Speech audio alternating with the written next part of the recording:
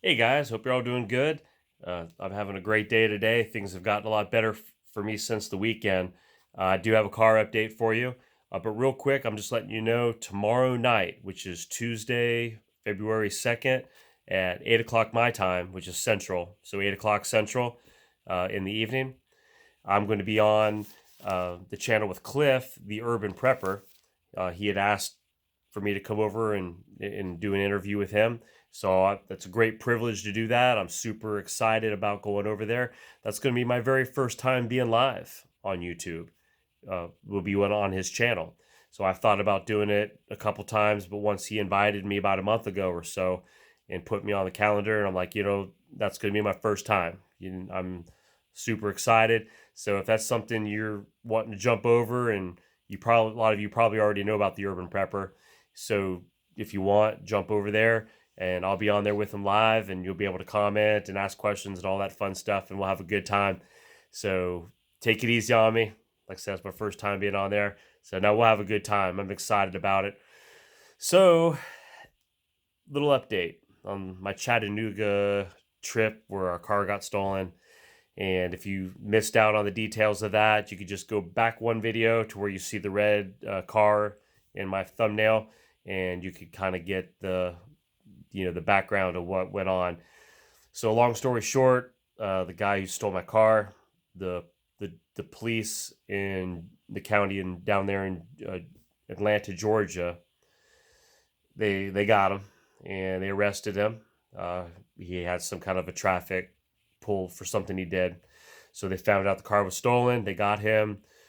They did impound the car, and they contacted the Chattanooga police, where I was still there, stranded with no vehicle, trying to figure out getting ready to come back home over here outside of Nashville. And I guess we were going to rent a car. We had that lined up and found out, okay, wow, they've got the car. And the police listed it as fair condition. Well, I don't know what that means, but so at that time, we were like, okay, we just got to get down there. So, long story short, we got down to Atlanta, Georgia, got to the impound, got the car out, and I checked it over. I could see there was damage. He definitely had ran over some things, okay, in reverse and forward, who knows, curves. So there was some minor outside body damage around the bottom of the car and around the wheel well area and some of that fiberglass there. And so got that looked at. The inside, man, it was just a mess in there. He had 5 or 6 bags of totally different chain restaurants of fast food. So he had been eating in there.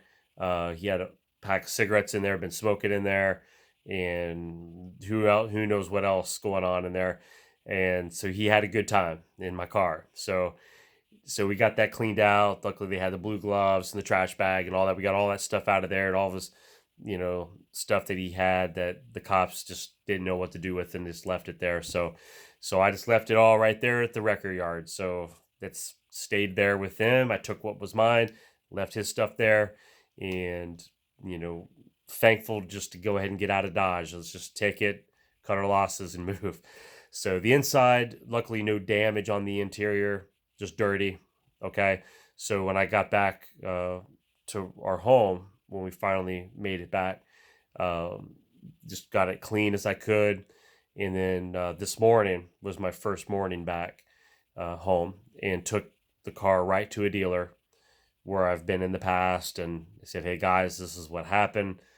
This was a theft recovery vehicle now at this point, and it needs some looking over. It needs to be checked out, everything." And they said, "Hey, don't worry, we got you." They remember me being in there before, and I told them the story, what happened, and they said, "Hey, we're going to go over this thing with a fine tooth comb. Outside of the car, any little thing that we find wrong, it's going to get fixed. Uh, Under the car, we're going to check everything, tires, alignment, all the fluids. We're going to go ahead and just change out all the fluids, because we know when someone has stolen a car, you don't know how they've driven the car, how hard they pushed it." And so they hooked it up to the computer. They've been doing all that. They'll probably have it all week. And I got a rental. So things are going really smooth now. Okay. Things are kind of kicked back in gear. And I want to say thank you. Uh, man, it was overwhelming. Right when you're going through something, and I shared it with you guys, and I didn't know. I felt like I needed to at least say, hey, I'm not going to be on this weekend. I felt kind of weird being in a motel, and I'm sitting there, laying back on the bed there, just kind of like being down a little bit, kind of in my own feelings a little bit, trying to feel through the thing, the feeling in the gut. And thank you guys for all the comments and all the encouragement. And I appreciate that. It was super encouraging. It's nice to be in a part of a family like that, where I love giving encouragement. I love encouraging you, and I love doing stuff. But in a moment where I needed it, you guys were there for me, and I appreciate it so much. Super encouraging, and a lot of the comments I'm reading too. And hey, look, yeah, that red Camaro, that's not a gray man vehicle, and I agree 100%. And I used to have a truck, right? Just a big old black, Titan truck. Kind of on low key. It was getting older, so it kind of fit in with everything, and no one messed with it. So I started having thoughts. I was like, maybe it's time to consider that. But that's my one time in life I can really get it. I've had Camaros in the past, and this has been my favorite. And we don't always have a lot of things in life that we can really enjoy. And I'm like, let's get this thing back up where it needs to be. And normally I don't take it on trips. This was a one time. My wife will tell you, we don't ever take it anywhere outside of town. Usually I keep it right in town. It's garage kept, and it's my everyday drive going to work and back, but it's close, low miles, and but I was like, hey, it's a special occasion, let's pull it out. And but man, that might be the last time taking it out. We'll go back to driving the old gray Honda Civic, right? Just kind of keep it low key next time we're on vacation. So that's what you're gonna see me in, I'm afraid. But no, seriously, you guys are right on the money. It's not a gray man vehicle. It's definitely it's more of a toy type vehicle. And maybe one day I'll learn my lesson, right? But it's something to just remember. Hey, we talked about it briefly in the last video. Uh, you know, Life happens, guys. In a split second, things are going great. You're on a high. You're having a great time. You're on the peak of your life, right? You're up on the mountaintop, and then all of a sudden life happens, and before you know it, you might be heading down into that valley. Well, it's how you react when you're in the valley. That's how it makes you. It makes you and me. How do we react? How do you handle a situation? Do you let that valley just consume you? Do you let being down in that valley drive you, or do you suck it up? You roll your sleeves up. You roll with the punches. You play with the hand that you're dealt, and you just keep moving. You keep pushing forward. I was talking or texting with my brother back and forth a little bit today, and we were talking about stuff and struggles in life. And sometimes life hands you a raw deal, and things happen. And we were talking about stuff, and I'm just like, that's what we do.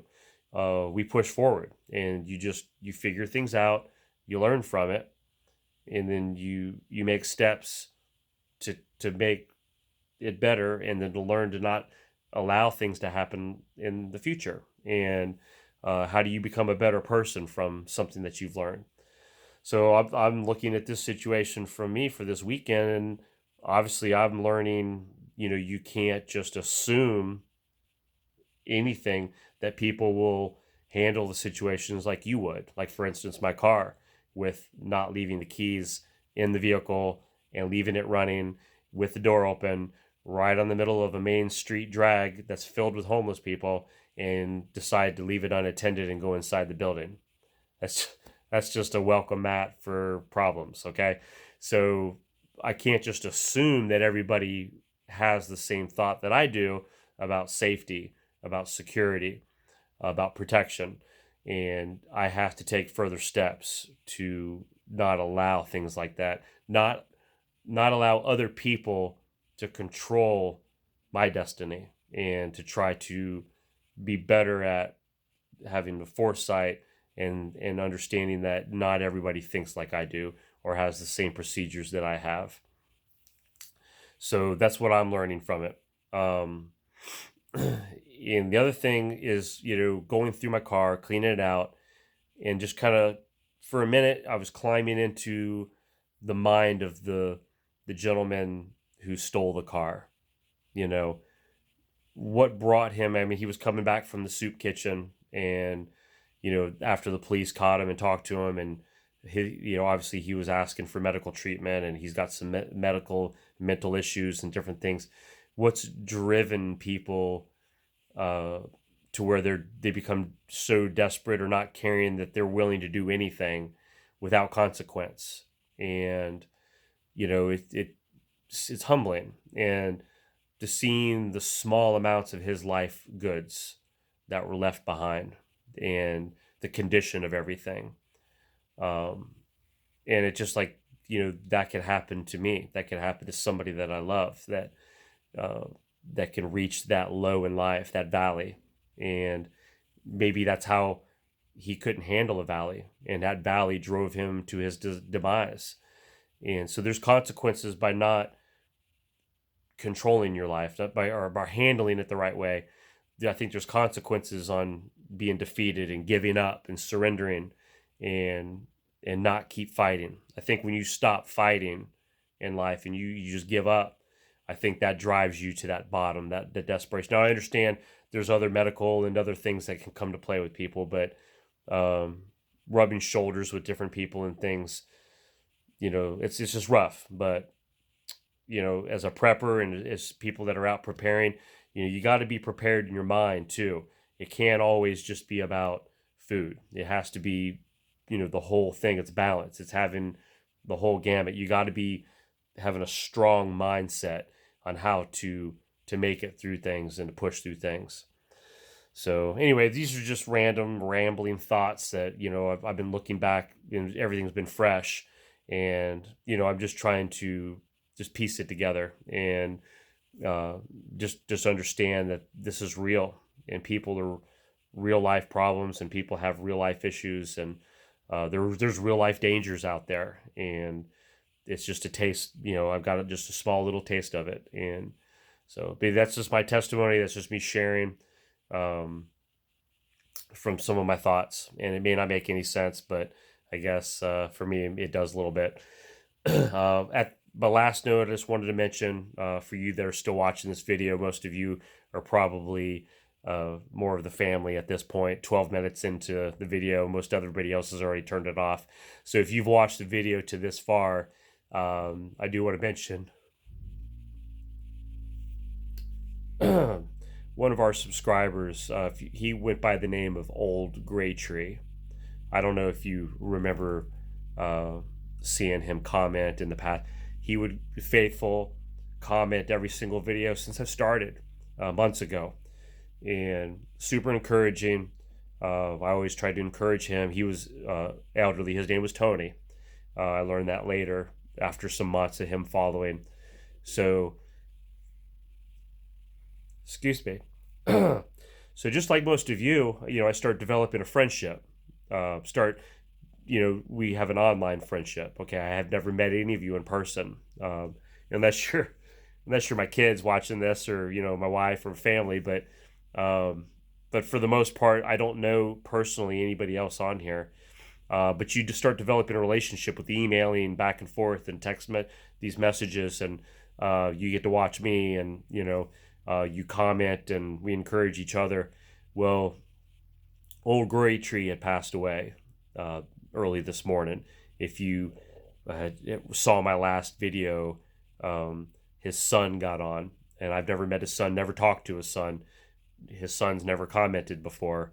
But Old Gray Tree must have said, hey, let Jerry know. Because I know in the past when he got sent to the hospital in ambulance, he was on one of the videos, and he was trying to tell everybody, hey, tell Jerry I'm heading to the hospital. I know he had a lot of he was elderly, had a lot of medical conditions. He lived in Great Britain, and so I never would have a chance to meet him face to face, with so much distance in between us. And but his son got on, which I'm thankful, by the way, sir, for you sharing that information and letting me know that he had passed away. So, you first start doing YouTube videos. Hey, it's just for fun, you know.